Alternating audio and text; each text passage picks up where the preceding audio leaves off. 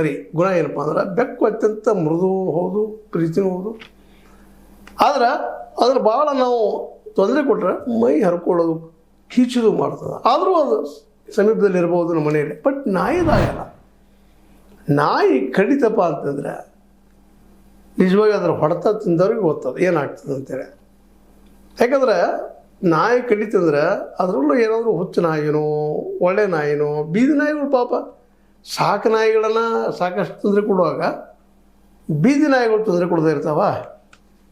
ಅದರರ್ಥ ಬೀದಿ ನಾಯಿಗಳಿಗೆ ತಿಳುವಳಿಕೆ ಇರ್ತದ ಇಲ್ಲ ಅಂತಲ್ಲ, ತಿಳುವಳಿಕೆ ಇಲ್ಲಂದ್ರೂ ಅಡ್ಡಿ ಇಲ್ಲ. ಆದರೆ ತಿಳುವಳಿಕೆ ಇಲ್ಲ ಅನ್ನೋದು ಅಷ್ಟು ಸತ್ಯದ.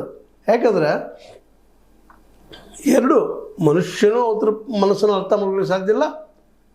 ಅದೇ ಕಾರಣ ನಾಯಿಯ ಮನಸ್ಸನ್ನು ಮನುಷ್ಯಕ್ಕೆ ಸಾಧ್ಯ ಇಲ್ಲ, ನಾಯಿಗೆ ನಮ್ಮ ಮನಸ್ಸನ್ನು ತಿಳ್ಕೊಳ್ಳೋ ಶಕ್ತಿ ಇಲ್ಲ.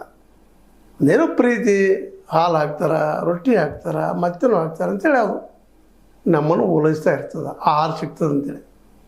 ಆದ್ಬಿಟ್ಟು ನಮಗೆ ಅವಾಗ ಯಾವ ಸಂಬಂಧ ಇಲ್ಲ. ನಾವು ಹೇಳಿದ್ರೆ ಏನೋ ಕೈ ಸೋಲ್ಸ್ತೀವಿ, ಓ ಹಿಡಿ ಅಂತ ಹೇಳ್ತೀವಿ, ಬಾ ಅಂತ ಕರಿತೀವಿ, ಮತ್ತೇನೋ ಮಾಡ್ತಾ ಇರ್ತೀವಿ. ಅವುಗಳು ಮಾಡಿದಾಗ ಅದಕ್ಕೆ ಸ್ಪಂದಿಸ್ತಾ ಇರ್ತವೆ ಅಷ್ಟು ಅವು.